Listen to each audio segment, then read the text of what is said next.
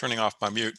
Just so that you know, the Diocese of Maine has a diocese membership with TENS, the Episcopal Network for Stewardship, which has, as you can see, the webinar grouping that we'll be doing this year is part of our membership. The resources that are on the website for tens.org, it is very comprehensive. It provides you a lot of resources as far as operating pledge campaigns and things like that.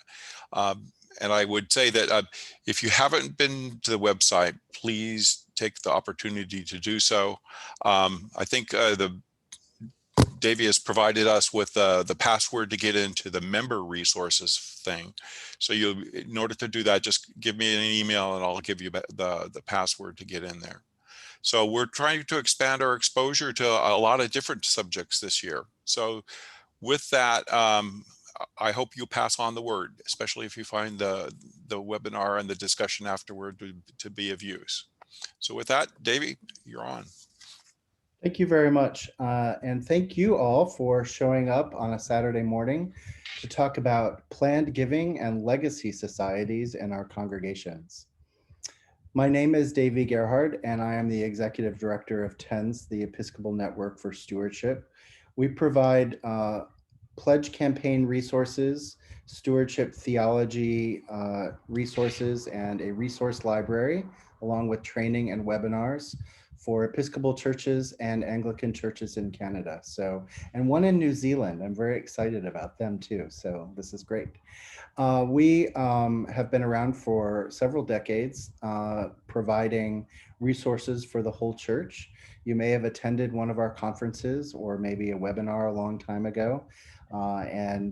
We evolve as the church evolves and move through this. And we're really happy to be able to expand our services and be able to offer some webinars on topics like this one, planned giving. Now, today we're going to cover a lot of things, and this is an introduction into legacy societies and planned giving. It will give you a lot of information and it will get you started. It probably won't answer absolutely every question you have about planned giving. We can attempt to answer and ask some of those in the Q&A. But I want to make a disclaimer right up front that I'm not a lawyer or a CPA. I'm not giving tax advice or estate planning advice. I'm merely putting tools in your hands so that you can promote and teach and think about these programs in your congregations. I'm going to be sharing my screen and we'll guide our conversation today through that. And I will pull up every once in a while as I'm presenting to see if you have put any questions into the chat box. That's the best way for you to ask questions, and then I'll be paying attention to that. Also, you can raise your hand if you need to get my attention. Let me share my screen here. All right, good morning. So today we're going to talk about how to create and grow a legacy society. We're going to talk a little bit about planned giving vehicles, and that's really to give you sort of a general overview on the most common ways that people create planned gifts and fund them for congregations. We're not going to go through absolutely all of them. That would take a long time, but we're going to go through the basics. And then you're going to learn a little bit about why every congregation should have a legacy society. And I hope that as we move through today, we have a real sense of you feeling empowered, ready to start this ministry if you haven't already begun one in your congregation, or to reinvigorate one. Often we find that legacy societies go through phases where they're dormant or active. And so if yours is in sort of the dormant phase, maybe you'll get some tools today on how to reinvigorate it and get excited about this ministry again. It's been particularly challenging in the pandemic. And I know that last year we were just trying to roll with the punches and keep our programs going. It's a little hard sometimes to be strategic, but here we are. It's a new year, and now we know how to survive through pandemic cycles, and maybe we can start to dig into some of these things. Again, a disclaimer. So this is not, this presentation is designed to provide an overview of certain charitable gift plans. It is not intended to provide legal, tax, investment, or other professional advice. You'll want to talk to a lawyer or a financial planner or someone else who's competent in those areas to enact any of these things. So why create a legacy society at all? What's the role of a legacy society in a congregation? Long-term sustainability and stewardship is the ultimate goal. All of our congregations, I will wager, were founded with some sort of planned gift and have contributed or added to the way that the congregation could exist in its community through planned gifts throughout time. Bequests are the most common, so somebody putting the church in their will or leaving a significant portion of their estate to the church. That's happened over and over again, and many of our congregations were founded that way. But it's also about pledge replacement, and I want to begin today's conversation with that in mind. And I want to tell you an inspiring story about a family in a congregation in San Francisco, which is where I'm based, that for the last 4 decades has been making their weekly donation to their church in an envelope, and at the same time putting an amount, less, the same, or more, depending on the week that they had, into a reserve endowment in their name, so that when they're no longer able to give to their congregation, they will have a pool of money to draw from to replace their pledge, right? So it just, we've just been at the time where I give annual statements of how the endowment performed last year, and I sent them their statement. So after 4 decades, this family has more than $500,000 in this endowment that will sustain their pledge at this congregation after they pass. What a beautiful and simple act. It's the simplest planned gift you could ever make. And they did it little by little by little. And I give this example to remind us all that planned gifts don't need to be massive. You don't have to put your name on the side of a building or endow fully a program for life. Planned gifts are of all sizes, of all shapes, and of all varieties. And so the more we open our minds to think about the ways that we can plan for our future, the more interesting sort of ministry funding plans we can create. So that's about ensuring that our ministries outlast our time on earth and supporting the programs that we want. When we're crafting our legacy societies and congregations, I really caution against people being too restrictive. For example, saying, I'm going to endow the choir or the library or the Sunday school program. All those things are worthy of being funded through the budget.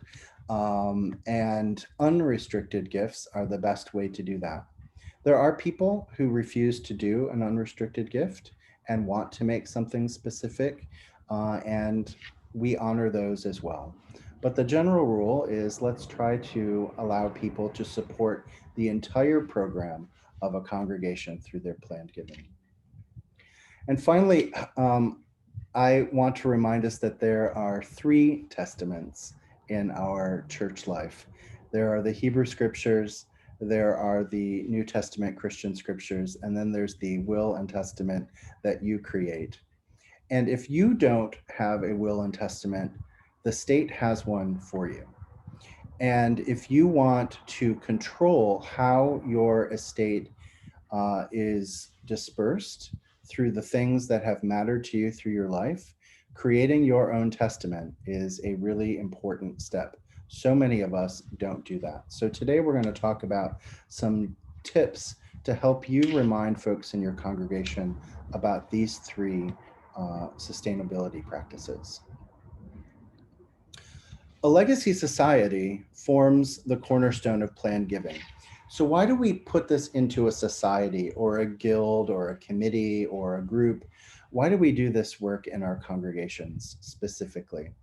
When we put a society together, we put something that outlasts the particular leadership of a congregation in the moment. So the vestry will turn over, the rector will one day leave and be replaced by another, but a legacy society continues on, and the people who adopt that and provide leadership for how a congregation can support, attract, promote planned giving is a way to do that through a legacy society. It also enables us to hold events or bring people together for trainings. It's a group that's sort of entrusted with this ministry.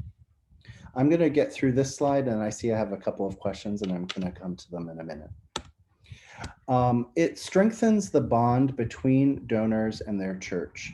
So all fundraising is relationship. All fundraising is about how we communicate with each other and share the vision or the mission of our world. When we create a society, it really gives people a structure for how our planned giving program can work. And this is really helpful because when you're talking about planned gifts, as opposed to annual gifts or sort of immediate mission-based emotional gifts, planned gifts have a long lifespan. And so providing competent structure and training allows people to feel comfortable that their money is going to be stewarded.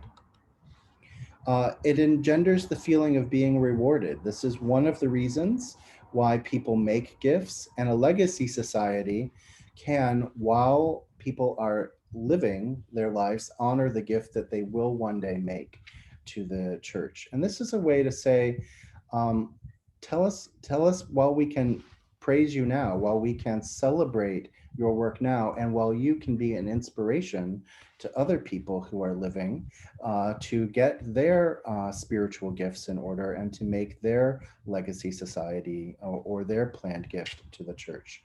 So being rewarded isn't just about getting a pat on the back or receiving accolades. It's about the inspiration that comes when people feel acknowledged and when we can celebrate them while they're alive. And it promotes participation of members in planned giving. So when there is as I said earlier, when there's a society or a guild entrusted to this ministry, it will help you create the program for how you communicate about planned giving in a congregation. Before we move on, I'm going to read some of the questions. Oh, it's just thanking Terry for the resources. Thank you, Terry, for giving us the resources. And I will put that link, James 1:17, in the notes that I send you all so that you have access to the materials. Planned gifts. It's our responsibility to ask for them. I bet you've overlooked this page in the Book of Common Prayer. Many of us do, but it's there. So here it is, and it happens in the celebration of a new birth. This is when this appears in the Book of Common Prayer. And it reminds us that the minister of the congregation is directed to instruct the people from time to time about the duty of Christian parents to make prudent provision for the well-being of their families and of all persons to make wills while they are in health, arranging for the disposal of their temporal goods, not neglecting if they are able to leave bequests for religious and charitable uses. So there it is, right in our liturgical services. I bet we skip over that. It's a rubric that that most of us don't even see because we flip through it, or maybe we don't even ever get to that part of the prayer book. But it's there, and it reminds us that this is a discipline and a duty and a long-term strategy available to every congregation and available to every minister of the word. So how do you create a legacy society? Step by step. The first and easiest one is to let people know that there are ways to make gifts to your church that are more than the annual support that you ask for. And I recommend that everybody put on their pledge card some sort of a checkbox for more information, and also a checkbox to say, I've already done this work, right? So we'll talk a little later about the surprises that churches get when they learn that someone has given them a bequest, and it's a happy surprise. But wouldn't it have been nice to have known that that was coming, or that it was a plan? So I suggest that as we are our pledge cards, or our intention or promise cards, people use different names for them and they're all good. When we are creating those, we put some language in there that just plants a little seed. So much about planned giving is planting that seed, because they're usually not immediate gifts that people make on an emotional response, right? They plan them out. It's a part of their long-term strategy. So you'll have to plant this seed many times in order for it to take root. Create and maintain a list of people. These are the people who will form part of your legacy society, and that you can find ways now to honor them. Create some collateral. That could be the paper brochure that you have, or the website that you create. Create some program that talks about the benefits of planned giving, talks about the vehicles of planned giving. Your diocesan offices may be able to help you create this. Maybe they have some information. TENS can certainly help you create it if you're drafting it from scratch. But giving people a way in and some material and promotion, you'll learn that a lot of planned giving is about promoting it, reminding people that it's there, reminding people that it's an option. It's forgotten by so many of us until we need it, or until we wonder why we don't have a planned giving program.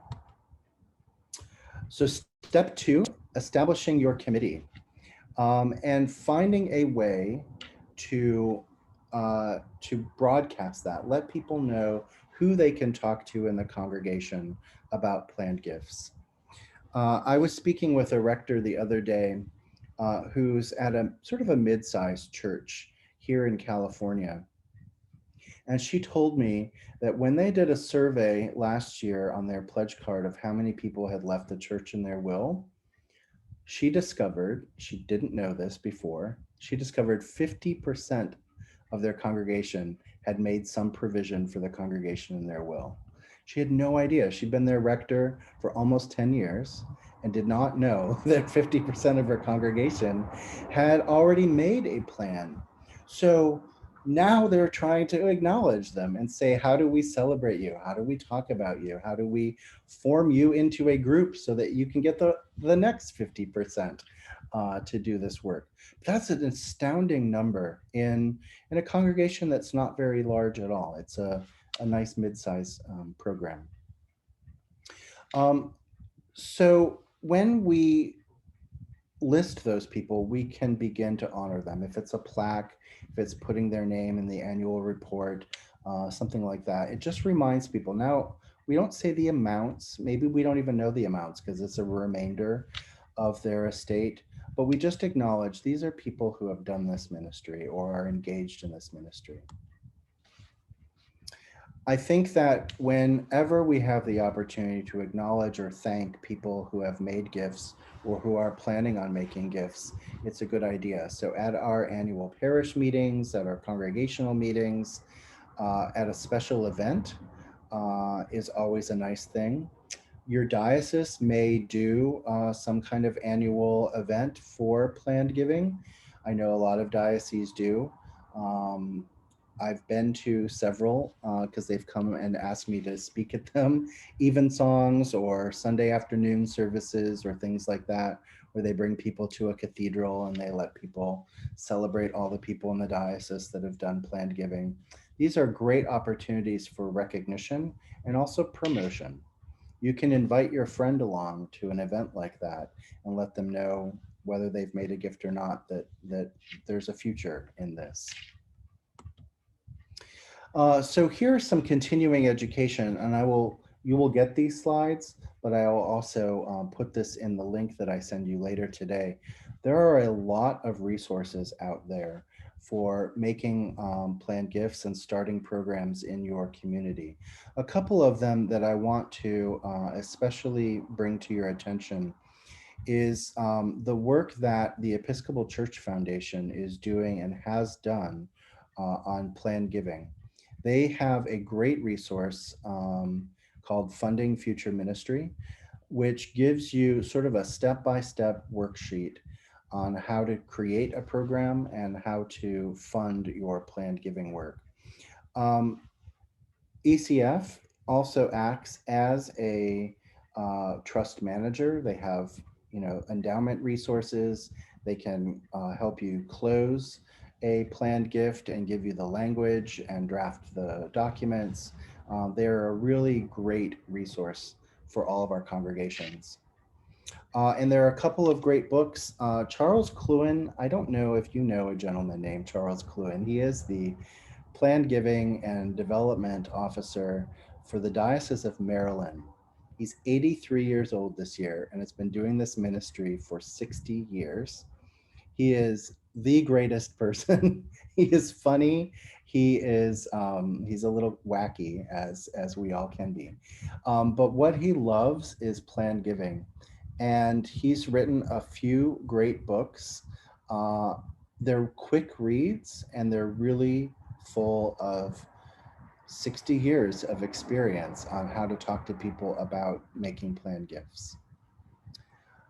I want to stop before we move on and ask if you have any questions about legacy societies and their role in church before we move on. And we're going to next move into the planned giving vehicles. So before we get into that granular detail, does anybody have a question about legacy societies or congregational ministry development? Or somebody was on staff with Charles in the Diocese of Maryland. It must be great to work with him. Yeah, I see a hand up. I also met Charles. I think he's a graduate of Berkeley, if I remember correctly. Yeah, he's lovely. I was wondering, just kind of the flip side, have you had experiences where people have pushed back on the idea of the society? Like they may have been happy to give, but don't like the structures. And I'm just wondering, if so, how have you addressed that? Right. I mean, that's the thing, right? So because we're dealing with money, people have lots of opinions. And that's good. People should. It's a serious thing. I think we have to, as in our annual stewardship as well, we always have to balance that relationship between how much do you ask and how often, and how often do you let people reflect and come to their own conclusions. And planned giving is a part of that. Some of the seed planting can be very subtle. So I believe that it's important to have a legacy society in a congregation because it does provide the structure and the program. But if you have a congregation that will absolutely resist and hate that, then it will do more damage than it would help. And so everything that I say today is how I would see it. But I would also, if I were in charge of leading this ministry in a congregation and coming up with real pushback, I would first ask some questions. Maybe this congregation needs to do a little work on money and talking about money and their ability to talk about money in a faith context. So maybe that's some work that could be done, some formation work. And then I would find a more subtle way to talk about planned giving and to introduce it maybe more slowly into the congregation. Again, planned giving, yes, we want to make a planned giving program and get it running, but we also, it operates on a different timeline than annual giving or other things. So if we need to do some pre-work, get a few leaders in the congregation talking about it or interested in it, before it rolls out. Those are some ways to mitigate that pushback that we can get. But I find a lot of Episcopalians understand planned gifts, especially when you look at our church and you look at the names on the bottom of stained glass windows, or the plaques on the wall, or the front page of the hymnal that may have been given by someone. We understand that our churches have been doing this for a long, long time. And when we put it in that context, it may not feel so salesman or salesy, it could feel more spiritual and more reasonable. Thanks for that question. I saw another hand up. Was there another question? Just unmute and ask your question. It's not so much a question, but I would also recommend that there be a gift acceptance policy, that it helps provide guardrails and also buy-in from the vestry and the clergy as to what the priorities might be for planned gifts, and also again providing guardrails about what you may or may not be willing to accept. Yeah. Thank you, Audrey. And that's a great point. I bet your diocese has a gift acceptance policy, and they might be able to share it with you. That's usually a good template. TENS has one too that I'm happy to share with you. They all more or less say the same sorts of things about what you do. But then there are those odd ones. I had to negotiate the sale of a sailboat last year for a planned gift. That was an odd one. But hey, all these things are the way that people make their gifts, and having gift acceptance policies ensures that you don't go down a road that you aren't prepared to go down, and put some structure in place. Thank you for that reminder. Okay, I have one. We had somebody who donated furniture and wanted us to determine the value, but that's not our place for their giving. That's absolutely right. You're absolutely right, Patty. So that is between them. An in-kind gift, which is what that is between the donor and the IRS. And when I have to write the tax acknowledgement letter for having received, if they have attached a value to it and it feels reasonable, I've donated this furniture and it's worth $2,500. I will say that, thank you for the furniture, which you valued at $2,500. And then that's between them and the IRS. And if they get audited, and they've got to prove what it was worth. But that is not your business to value it for them. Davey, I have a question. In our parish, we tend to lump planned giving in with stewardship, and I'm hearing, from your presentation to this point, that this should be a very separate effort and not necessarily some function within stewardship. Is that correct? I'm going to give you a typically Anglican both and answer. So the first thing is, yay, you're doing it and it's a part of your annual work. So if it's working for you, it's great. I feel that when we pull it out and can call it its own program, it then has a container where it can have a longevity to it and a plan and a structure. And so it might be both and, where there's a committee that kind of checks in with this. Maybe it's a function of your stewardship committee, but they are sort of entrusted with this work, but it's not a committee that forms and reforms every year. It's more of a long lasting sort of. Right. Okay, thank you for that. Yeah, but I really, but what I do want to emphasize, and I think you're doing a great job of it, is when you ask for a gift, when you ask for annual support, also asking or providing information about planned giving, it's another one of those seeds. And so that you're doing them in tandem is just really great. We are learning in the Episcopal Church that blended gifts, combined campaigns. I've even seen campaigns work where there's a capital ask, a planned giving ask, and an annual ask all in the same material and in one conversation. And I've seen those work really beautifully because you're asking people to give at different levels for, you know, a big whole scope of the work together. So yes, it's all about engaging your donors with the mission in the ways that they want to be honored. Good question. Thanks, Robert. So Terry is reminding us that the Diocesan Council has a gift acceptance policy for the diocese.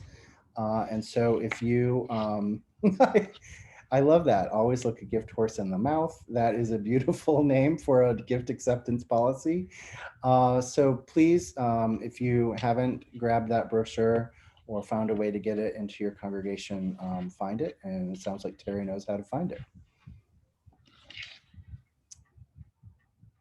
Wonderful. I'm going to move on and we're going to talk a little bit about the various planned giving vehicles that you are likely to be most commonly using in our congregational asks.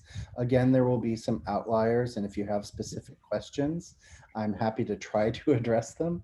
I've negotiated all kinds of gifts, from bargain sale real estate to named pieces of art to, you know, people give the strangest things, and they're all beautiful gifts. I'm going to move on. So how does gift planning fit into the congregation's income producing program? So gift planning is a revenue stream. And if we start to think about it and put it into our budgets and begin some expectations about what planned gifts can do, it starts to tune our minds and our thinking to needing more planned gifts, to putting this in a place where we must ask for them in order to expect them. What is a gift that's planned? And what are the most common types of planned gifts? We're going to go over this in this section. We're going to talk about the kinds of gifts that achieve donors' wishes. So this is about how donors intend for their gifts to be used, but it's also about how donors might want a lifetime income stream that comes with some of their gifts, and we're going to talk about those options.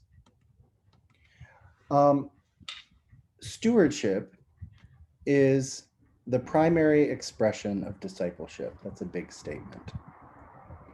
But what I want to say in that is, and this is to Robert's point, planned giving is one part of the way we fund ministry in our congregations. And we call all of that work stewardship. And it's all about how we relate all of our assets of human potential, our finances, our time, our wisdom, our collected experience, how we share that with our church. We manage the assets that have been given to us, and we use the teaching of the Great Commandment and the Great Commission to inspire us to share and give back.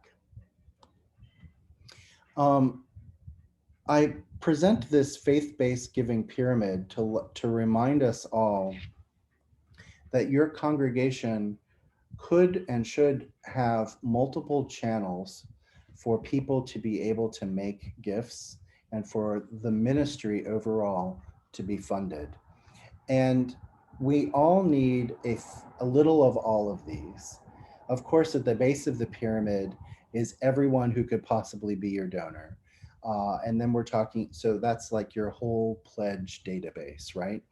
And the bottom chunks of that pyramid comprise our annual operating income. So the gifts that we rely on to form our budgets, the pledge and plate. And we have that middle band there, the capital and special gifts.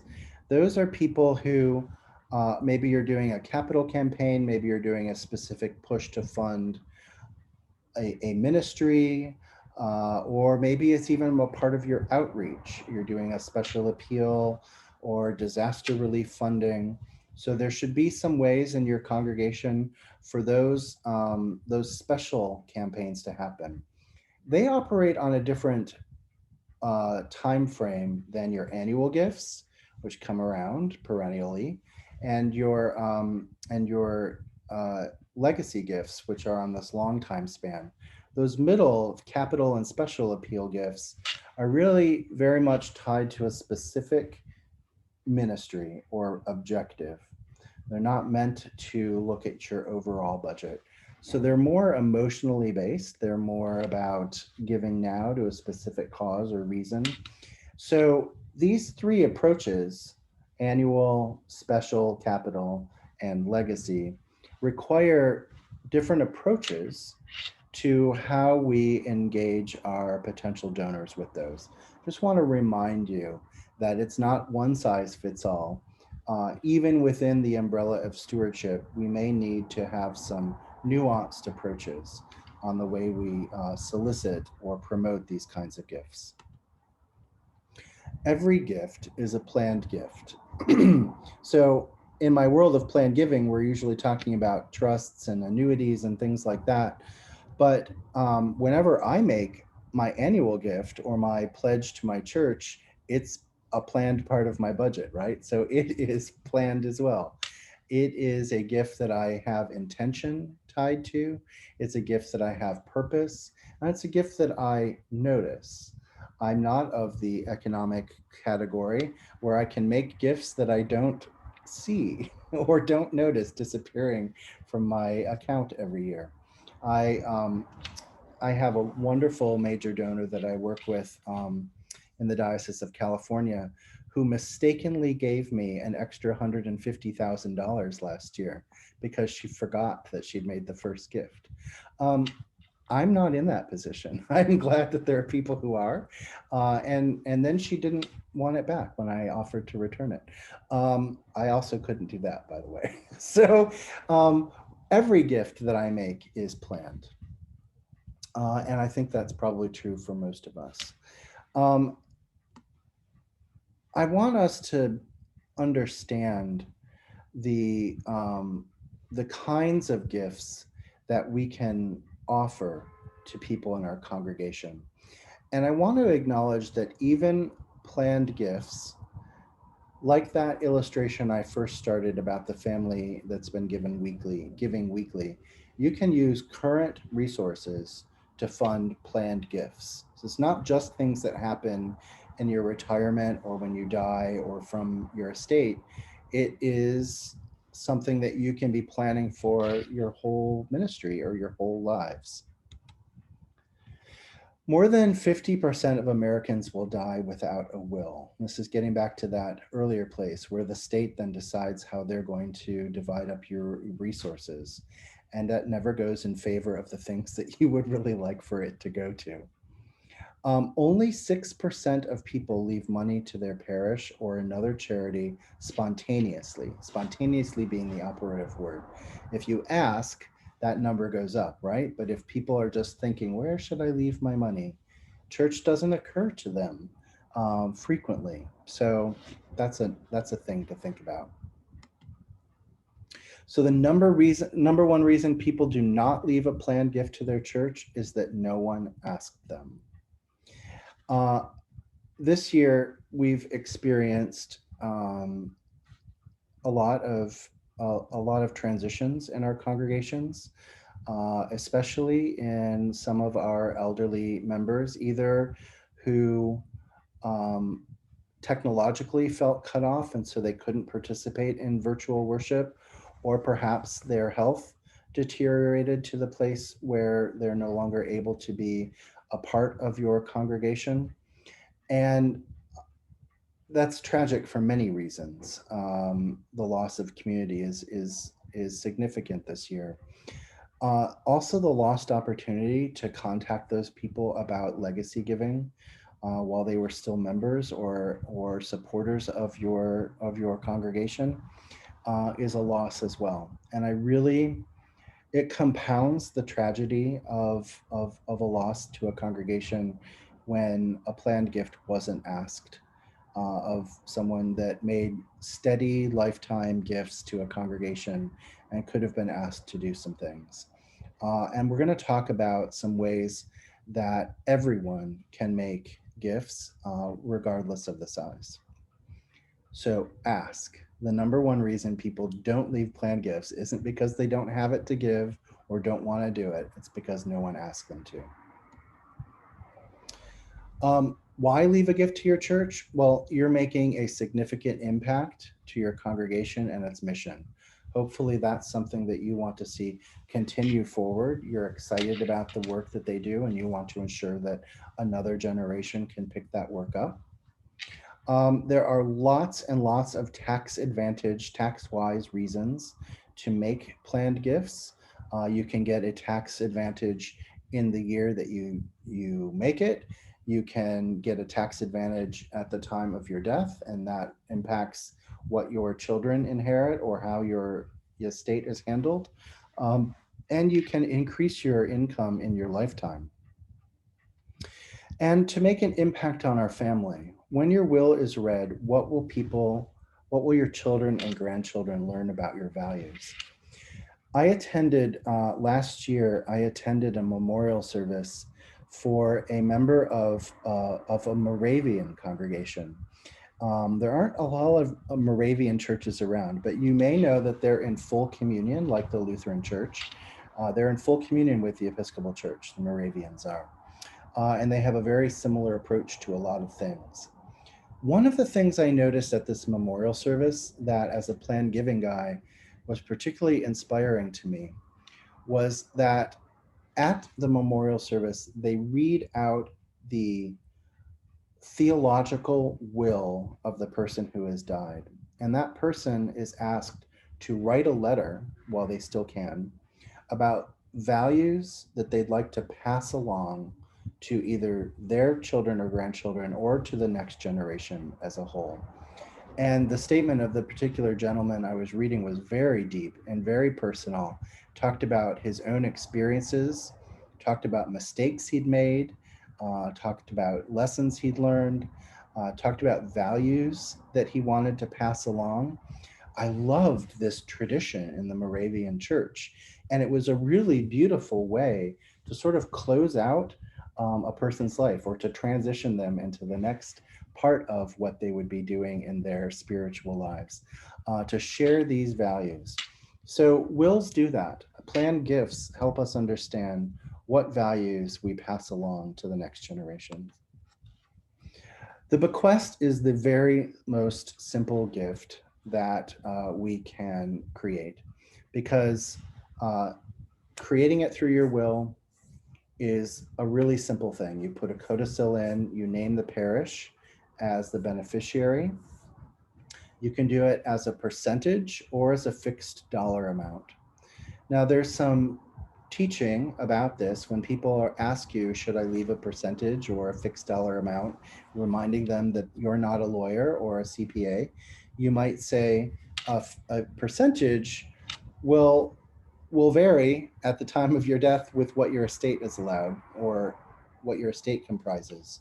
Whereas a fixed dollar amount may either be too much so that your family members don't have enough. If you put that number too high, maybe when the stock market is at a place, or you make decisions about the value of your estate when things are high and you put in a fixed dollar amount, that may or may not be the right amount. It may be too high, it may be too low. Whereas a percentage is a way that divides things up evenly, proportionally, depending on where you're at. Again, bequests often come to our congregations as surprises. And they're happy surprises, but they're surprises nonetheless. And I really, they're always a gift, and they're beautiful when it happens. And there's a loss there, a loss of relationship, a loss of recognition that could have happened if we'd only known that this was expected. Now, I understand some people, and it was in the chat earlier, some people don't want to be acknowledged. So it's important to ask them when they make a planned gift and they let you know, can we talk about this with others? Is it all right if we use your name? Is it all right if we talk about this with the congregation and let people know you've done it? You give them the permission to control that information. Some people may just want to let you know that they've done it and don't want any more recognition. That's fine. It's always good to ask. It's actually necessary to ask what they want to do. So that was the easiest gift, a bequest. Almost as easy gifts are giving from a remainder of your retirement, making the church a beneficiary or partial beneficiary, or even a contingent beneficiary. So looking at your list of kin, making the church sort of a part of that is one way that people can use their retirement accounts. This is one where big tax savings at sort of the inheritance tax come into play if you have made a gift to the church. You couldn't do it in 2020 because there was no required minimum distribution from your retirement accounts because of the CARES Act. And that may well be the case in 2021 as well. We're waiting to see what Congress is going to do about required minimum distributions and your retirement accounts. But for many people who are living in retirement and do have retirement accounts after the age of 72, they have to give away X amount of money every year. It comes back to them. They've got to take it out of their retirement, and they use some of that to defer the taxes on that. And so required minimum distributions are one way that many of our people living in retirement make their gifts to church. This is important for you to know. It's important for you to know because if you are dealing with folks who have left their income, the income generating part of their lives, and are now living on their savings, they do still have some savings that they must give away, and required minimum distributions are one of the ways that people do that. It reduces your taxable income, and it's a gift that can happen right now. So ask folks who are living in retirement about their RMDs and how they are using those as a part of their annual pledge or other giving strategies. Donor advised funds are a way that many people make gifts to benefit both the charity and benefit charity now, get tax advantage now, and do other giving throughout their lives.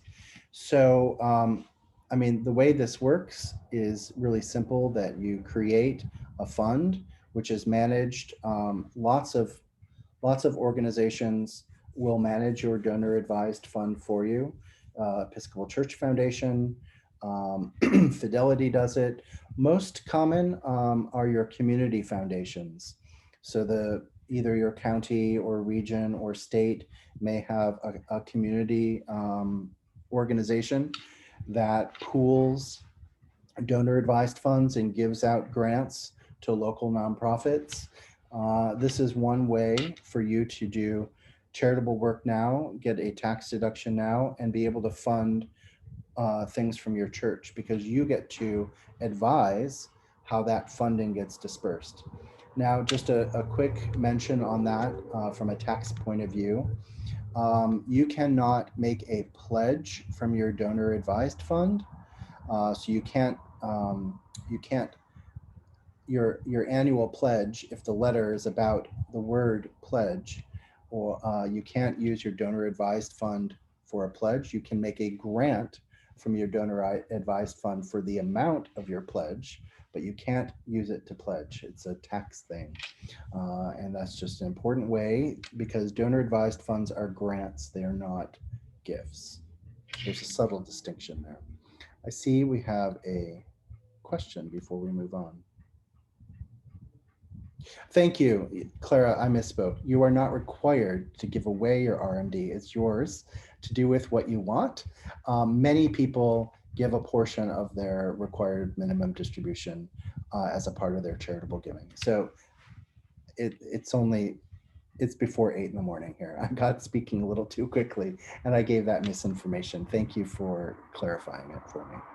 So if anybody misheard what I said or heard what I said and doesn't understand the distinction that Clara made, required minimum distributions are given back to the donor every year. They must take them, but they do not have to give all of it away charitably. It's their money to live on, their money to do with what they want. Thank you. Gifts that we can all give. So bequest, as I mentioned, 85% of all planned gifts. You can leave a percentage or a dollar amount. So this costs you nothing during your lifetime to make. It, except for the lawyer fee to draw up the codicil in your will, it doesn't cost you a penny. It's just something that everyone can do. Regardless of the size of your estate, this is something that you can put in 1% to the church, 2% to the church, whatever it is. And if you can do more, that's great. But everybody can do this. We can all do something about our retirement accounts. These are really easy to make gifts. They don't cost anything while we are living to set these up. And I put life insurance in here. We're going to talk a little bit more about life insurance in a minute. But I want to remind us that your life insurance policy is another thing that you can designate to your congregation. Did you know that gifts of stock can be more beneficial than giving cash? It's because you can deduct the full value of appreciated stock and avoid the capital gains. It provides an immediate gift to your church, and it's helpful in tax planning. So people who are sitting on appreciated stock with the crazy rallies that Wall Street has had in the last term, there's a way to give that, and it gets you even more bang for your buck. There are now income gifts, and we're going to talk about a series of them that make it possible for you to give a gift or leave a gift to your church and receive an income that you cannot outlive. This is really important. If they're all based on actuaries and tables and promises. When we put together a trust or an annuity, we're given a specific percentage and a dollar amount, and it's based on how long we're expected to live. If you make that agreement and you get an annual gift from your trust, no matter the length of your life, you will get that money, even if the trust exhausts itself. The people who have made the agreement with the trust are on the hook for it because they've made that promise to give you a lifetime income. It works in the favor of the charitable institution because most people don't live out their whole lives, and well, they live out their whole life, but they don't live out the whole actuarial table of their life. And so there's a little remainder that goes to the charity at the end. But this is a safe gift because you can never outlive it. It will always generate income. The older a donor when creating that gift, the higher the return. So, and they don't have big, deep thresholds to establish.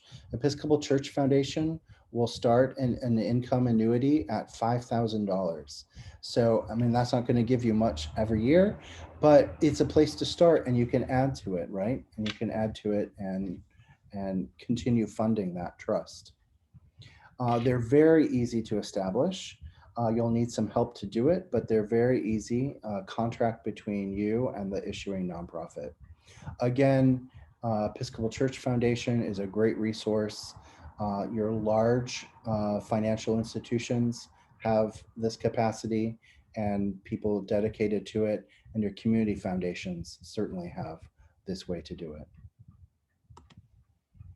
Let's talk a little bit about a CGA, a charitable gift annuity. And this really says that here's how you can see how a gift will benefit you in your lifetime through tax advantages, give you a lifetime income of a percentage, and then pass along the remainder to an institution of your choosing. In this case, we hope it's your Episcopal Church.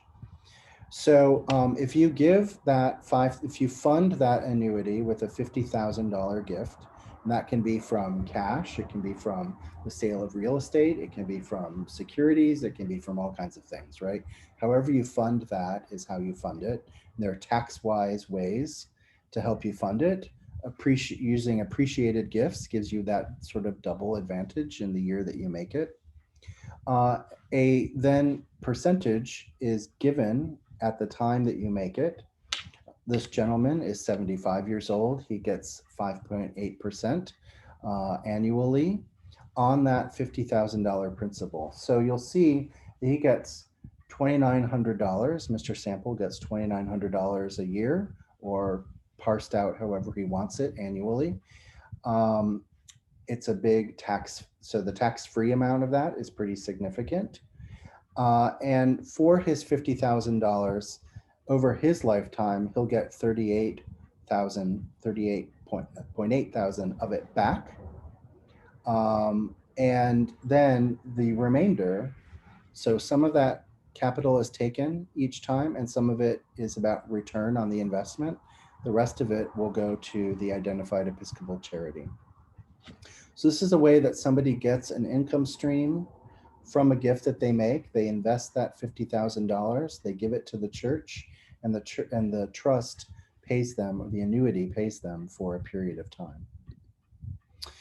There are ways that you can do 2 lives. So that's to say you and your spouse, or however that works in your family. In this case, you see they get a slightly different rate of annuity and how much they get annually and what their tax-free is. And then still the Episcopal congregation at the end of the chain gets a lovely gift when the final spouse in this partnership passes on and leaves their estate to the church. So this is a way that charitable gift annuities work, and they're really easy to structure. They guarantee a life income stream, and they hopefully give something to the institution.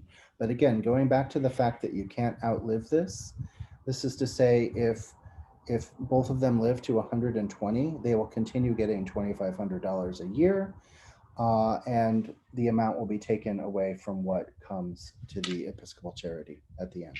Robert, you have your hand up. Yes, you're touching on types of gifts.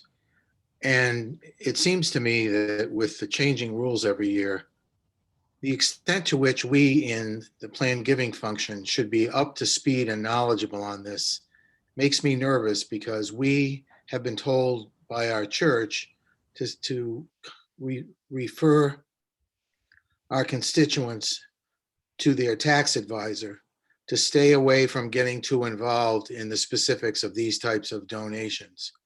And I'm just wondering, in your experience, does there need to be somebody on the planned giving committee, or whatever we call it, who is an expert in this stuff, just to keep the committee informed? Or is it something where we should rely on the donor to decide what they want to do and talk with their own tax accountant? Because right now our policy is you should be talking with your tax accountant or your lawyer to determine what works best for you. Here are some different types of things, but it's really up to you. Right. Thank you for that question. And so I'm going to answer it in a couple of different ways. What I'm attempting to do here is give you the mechanism to be able to talk about these types of gifts with your donors. So you're not saying this is you and what you're going to make. Somebody else will run their illustration for them. A professional will run their illustration for them and tell them, based on their actuarials, based on their property and how they plan to fund it, based on their desires, this is what your illustration will look like. So this is not that. This is to explain the overall benefit to a member of your congregation that says, I'm thinking about a charitable gift annuity. How would it work?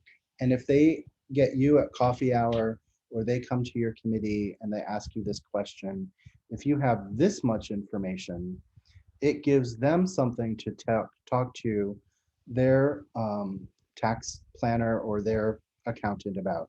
So this is about helping you promote these types of gifts in your congregation, not close them. I want you to not feel that you have to get in the, and shouldn't get in the business of drawing up the paperwork. Terry, what resources does the Diocese of Maine have to advise on planned gifts? Do you have a chancellor? Do you have a committee? Do you have someone who does this work? We refer people to the Episcopal Church Foundation for planned giving, especially charitable gift annuities and the previous vehicle, which is essentially a, a charitable trust arrangement. Yeah. They've been very good with a number of our larger donors in the diocese, and ECF is just, they're really good. They are really good. It's their business. Yeah. And they make it very available. As you saw, they can start one of these at $5,000. So it's pretty approachable for a lot of people. So Robert, yeah, you shouldn't be in the weeds with your donors about this, but if they have a general question to you, how would this work? What would be in it for me?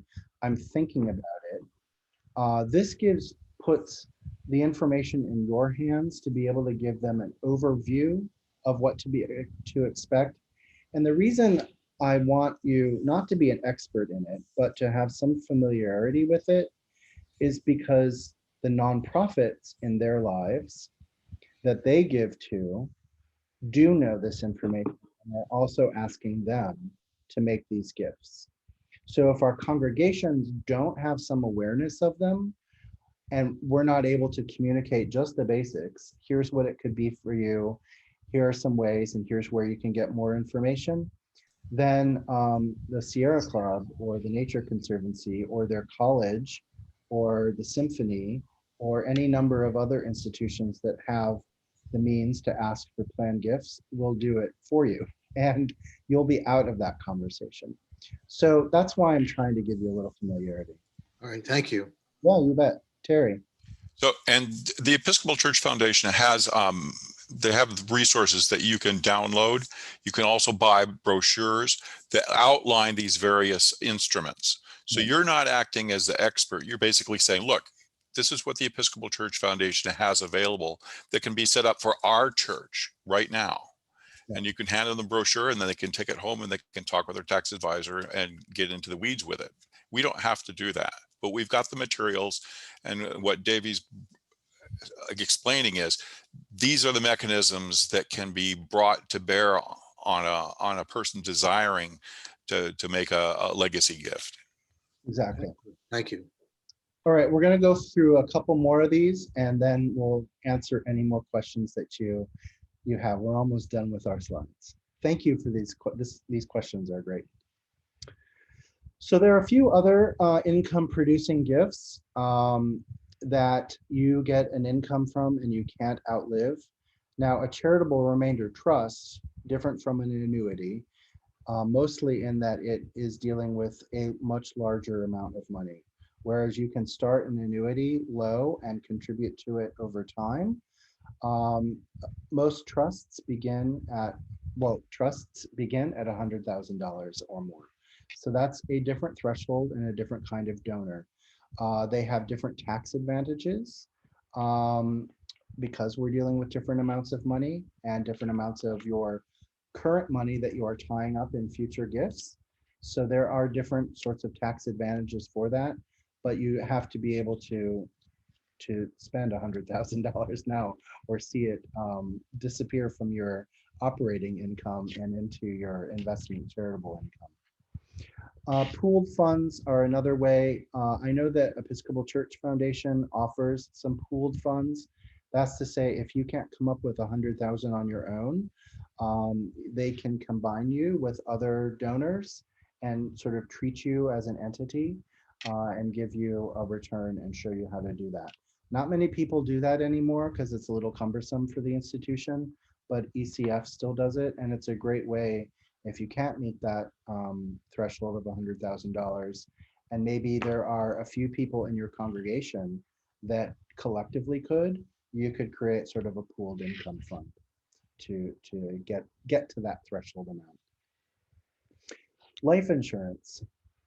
So let's talk about, this is another really easy one. It takes one form or phone call, one signature with your life insurance company to change the beneficiary from whoever it was going to your congregation. And I say this because many of us created or had created for us life insurance policies that we may no longer need to have. Maybe we created one for our children, but now they've moved on for their own careers and they have their own money, and we're no longer, they're no longer our dependents. And so there are other ways for us to contribute to their lives when we pass on.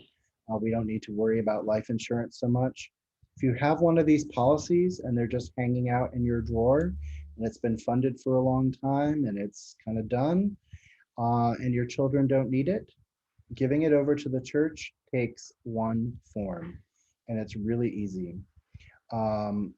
I know that my grandfather, for example, left a life insurance policy that he'd taken out for his children to his school. And every year we get a letter from the student who gets a scholarship from that amount. It's not a huge amount of money, but he no longer needed that life insurance policy, right? And neither did his children. So he left it to Amherst College. And so now they get the scholarship every year. And we get a letter from a student that says, I'm here because of this gift. That's what, and it was nothing. It was nothing to him. He'd already paid for it. His children didn't need it. It was easy for him to change the designation. Your congregation, there are members of your congregation who are in this situation as well. If you ask them and tell them about this, I bet you'll get some takers. It's a really easy gift to make. So in review, you need no help. That means you don't need to go to an outside except the attorney who will help you draft your will. You don't need detailed help to add a codicil to your will, to your existing will, to change your retirement account or life insurance beneficiary. Those are usually dealt with just filling out a form, signing it, and creating the paperwork. No help there. You'll need some help. So that's Episcopal Church Foundation or your tax advisor or a CPA, something like that. You'll need some help to set up an annuity or contribute to a pooled income fund. You'll need some help to make a universal or whole life insurance policy. Those aren't so common anymore, but you'll need help to do that. And you'll need help, obviously, if you're making a gift of real estate or other tangible property. You'll have to have someone who is your trustee, who can sell that, who's a neutral third party, who can sell that and put that toward whatever it is that you are funding, if it's a trust or if it's an annuity. And I say this because one of the most frequent gifts that I deal with in my work is people who want to leave their house to a church. They no longer want to live in it. Maybe they're in a retirement home now, or they've downsized. Maybe their estate is such that they don't need the home that they raised their children in to pass along. And so they might want to leave it to their church. Well, the easiest way to do that is to designate a trust that's empty, and it's going to be funded by the sale of the house. But who sells that house can't be the church or anyone who stands to benefit from it. So a trusted third party. That's why I say you'll need some help to do that. You'll want to see a lawyer to establish your last will and testament from scratch. To set up any kind of trust, a lawyer will have to do that. And to do more complex gift like life estates, if you're gifting your farm or your residence. Finally, this is just a pitch for TENS and the work that we're doing. Every year, TENS creates a theme around which it hangs its annual pledge resources. This year, we are looking at every perfect gift, which comes from our understanding of James 1:17. That idea that everything comes from God, and so then everything that we give goes to God, and how we transform our gifts and our money through the process of giving back to our communities and to our church. That ends my slide presentation, so I'm going to stop sharing my screen, and I'm going to bring us back into the big room and answer any remaining questions that you might have.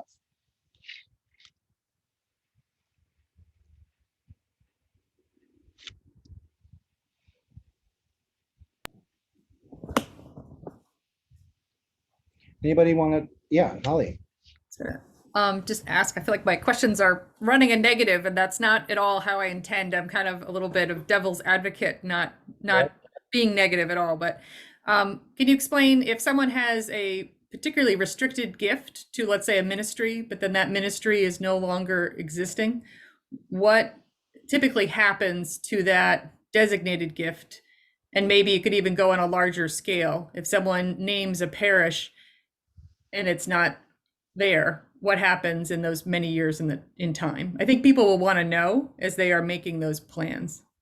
Thank you. Again, I'm not trying to be overly negative. I feel good and strong about the future, but it's not negative at all. I think it's a really wise question, and someone who's about to leave you a significant gift might want to ask that. Right, they're going to be curious. So thank you. Yeah, good question. So first is it's a good reminder not to restrict your gift because exactly of the situation that you mentioned. You designated it to a specific ministry. That ministry is no longer intact for whatever reasons. And then this gift comes and people say, but we're not doing that anymore. It then takes your diocesan lawyer, your chancellor, or any number of other legal folks to go to the spirit of that gift and try to find out what to do with it and use it the responsible way. So this happens a lot when people make a gift to a charitable institution that merged with another one or stopped functioning. And so I know of one diocese that's dealing with its retirement home, right? So a lot of resources went into building retirement homes, and they were donated resources at the time. And that retirement complex no longer belongs to the church. It's been merged and sold off. And so now people need to figure out, well, what was the original intent of people who made gifts to that? Was it meant to be an Episcopal ministry? Was it meant to be a ministry to the aged in general? And it's taking, a legal team to sort that out. So the fewer restrictions we can put on gifts, the better. It's a little easier when it's a congregation, however, because if a congregation is no longer intact, that money goes to the diocese for mission use, and the diocese will figure it out. So if somebody's given to a parish that had to close, that money will typically go to the diocese for it to then distribute as it sees fit among other ministry priorities. The question in both of these, or the answer in both of these, lies in finding the spirit with which the gift was originally made. It's easier to do when it's a congregation because obviously it goes toward congregational ministry somewhere else. It's a little more difficult when it's a restricted ministry that no longer exists, because then it takes a legal team to figure out what the donor's intent was, unless they were really clear. Contingencies exist, right? So if this ministry no longer exists, I designate it to this work in the diocese, for example. So if it's a summer camp, it's a diocesan summer camp, perhaps, that people are leaving it to, and that summer camp closes, you could then say, if this closes, it could go to youth ministry or whatever, right? So on the parish level, if they left it to the music program for an instrument or something that's, I don't know, not going to be funded, then that takes the legal team to redesignate it towards something else? Well, it only takes a legal team if there's a challenge to it, right? So if everybody agrees, oh, it was to the this organ which we're no longer using, and now we're using this, or this part of the choir, I don't know, the tenor soloist chair of the choir that no longer needs to exist because the choir doesn't have any tenors anymore, whatever. It may not take a legal team if everybody agrees, okay, that can be used for that. But if somebody has a challenge to it is when the legal team needs to come in. You always go to the spirit of the law and look at the goodwill, particularly in church giving. And if you know any living heirs, it's good to check in with them to say, your grandmother left this gift to this, and we're no longer doing it. We are doing this, and we'd like to, we're just letting you know, we're going to use it for this now. And if they have a problem, they'll let you know. And if they have a problem, there are ways to resolve that problem, which don't result in the loss of the gift, but it takes a little more time. That's a good question, Holly. Thank you. You're talking about resources, and people need to know that they're going to be stewarded well. So these are good questions. Are there any other questions about anything we've talked about, various kinds of planned gifting, why you should do a legacy society? How many of you are in congregations that already have a legacy society? All right, 1. All right. Oh, 2, great. Hopefully you are inspired to go and start one and begin planting seeds. Remember, it's a seed planting ministry. So repeating the message, getting people committed to it, learning about it, maybe asking one family to consider making a planned gift and inaugurating the Planned Giving Society. One family that you know is really committed and that this is going to be an easy ask.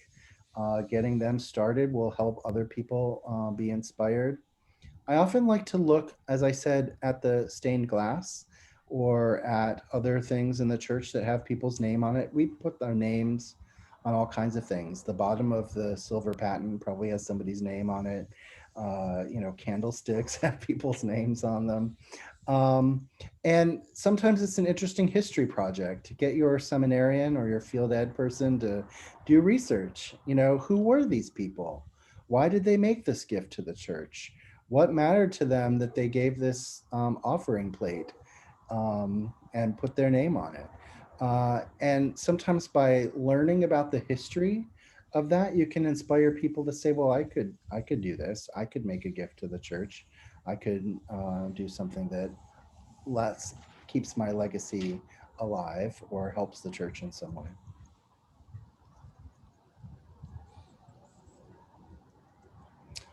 Are there any other questions, comments?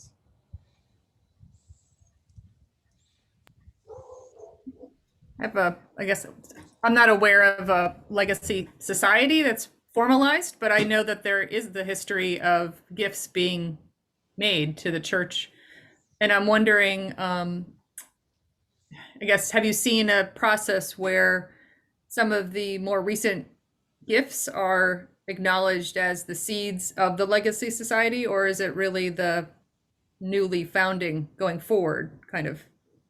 I guess I'm thinking about that connection to the past and how to make the link between plans now with people who did similar, but it wasn't known about. Right. Yeah. I think that's a good question. And I think in church, we often, if we don't explicitly know that somebody wants us to talk about their giving, we default to not talking about it, right? We're polite people, and that's good. And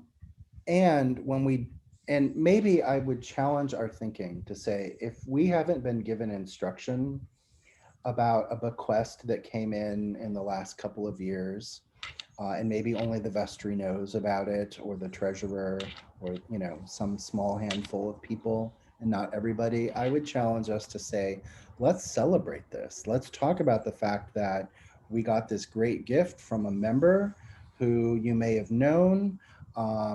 And they didn't leave us any instruction about what to say about it. So we're just going to talk about that. And it's something that's happened in our recent history. I'm working with a congregation that got a surprise bequest last year of $500,000 from someone completely unexpected. And remind you that sometimes bequests, you would never imagine that a person has that money to leave, right? Because maybe you only knew them in a small part of their life, the life that they shared with the church. They may have deeper stories and more assets than you ever knew about.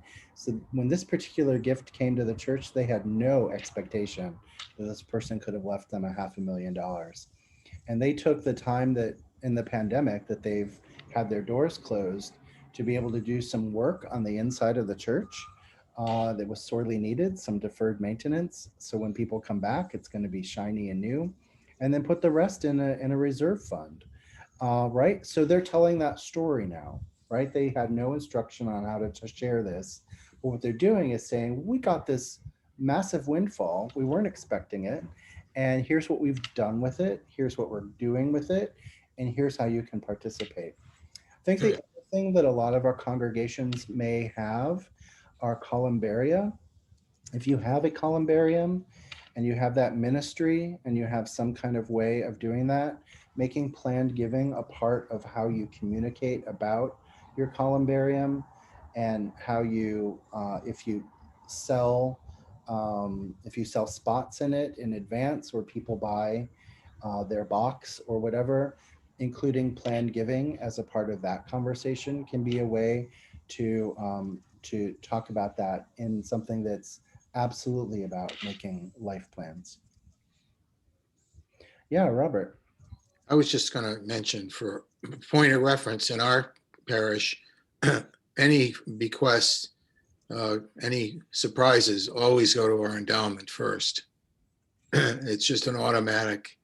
And then the endowment has specific rules about the extent to which the monies can be used for specific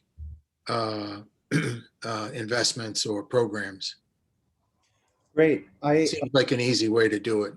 It's a great way to do it. And I applaud your vestry for having an endowment management plan and for having a plan to accept a bequest. It's great. Not all vestries and bishops' committees are prepared for that. And so I'm glad that you are. And it's a beautiful way to say we weren't expecting this. It's going in the endowment. Here are the rules of the endowment, and everybody then knows what's happening with it.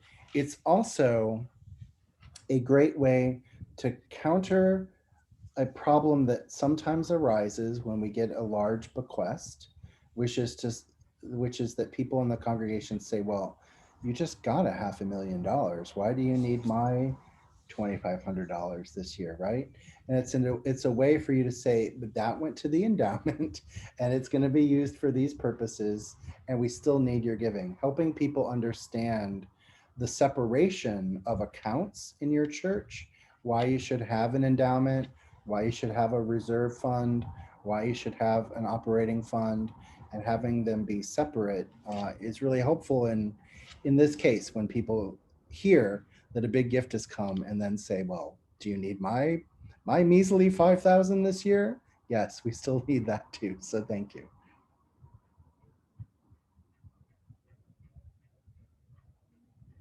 Any other questions or ideas? I know we're zooming up on our 90 minutes here. It's flown by, mostly because of your great questions. Thank you. Yeah, I see Janet. I guess I would be the converse too of what you said, Davey. And especially in Maine, we have a lot of, we used to have I don't know if it's still true, a very high rate of people who have wills and want to give something charitably. But there are those, it's wonderful to hear about the 500,000, gift and whatever, but we have so steady Eddie, like when people hear about you have a planned giving society, I think they view, oh, you want everything. Well, that isn't true. And many gifts could be transformative for a parish in Maine that are in the 5,000 or a percentage of the sale of a house or whatever. it can really help move a ministry along or help with deferred maintenance or whatever, go to an endowment. And I think the message, especially among our parishes in Maine, is, we say it about pledges, all gifts matter, all gifts are celebrated. And that needs to be true too for plan giving and bequests and all that, because I think we don't want to shoot ourselves in the foot by having people think that they only want the wealthier populations. It's surprising.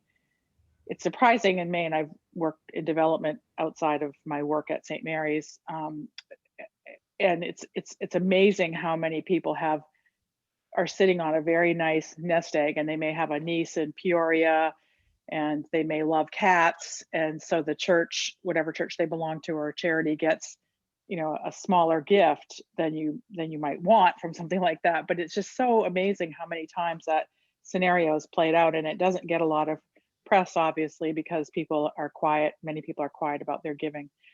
So I think, especially if you haven't got a society already or a plan to do so, kind of look at everybody and treat them, so start with the vestry as well, as that's the people who know you the best, and really make that pitch, and give them the tools to sort of walk through it and make that decision if they want to do it, and then do it broader to the broader congregation. But I think we want to make sure we don't overlook those 5 and 10,000. That's a lot of money to us at our church. So Yeah, and every planned gift, every gift is a beautiful one, right? Because they're all coming from our abundance, our generosity, our wanting to share our ministry, and redistributing God's resources in different ways.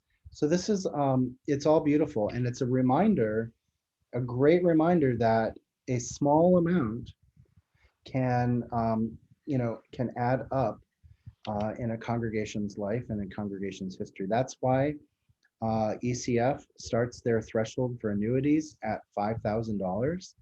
That's a really manageable amount for a lot of people.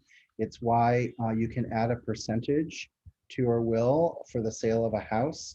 So your children may need 90% of it, but if you want to spread 10% of it between your charitable giving institutions, and 2% of that might be the church. I mean, there are lots of ways that we can start to deal with small amounts, and every one of them is valued. So planned giving, this is what that congregation in California that realized 50% of their, this is not a wealthy congregation.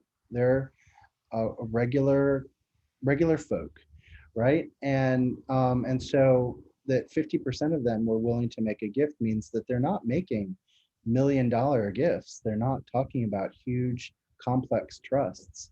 They're talking about really modest amounts of money that will mean something to the congregation.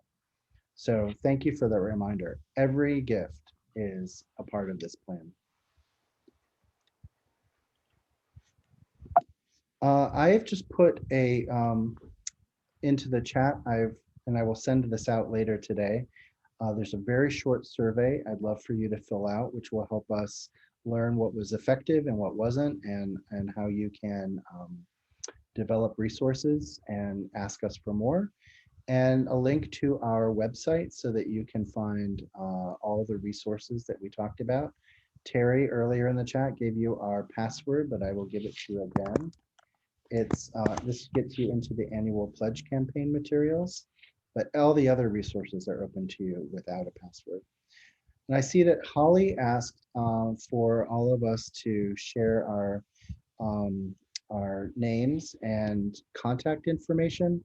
I'm going to give Terry the list of everyone who signed up for this webinar, and he'll have that list, and he can figure out how to distribute that to you all. But we do have that information.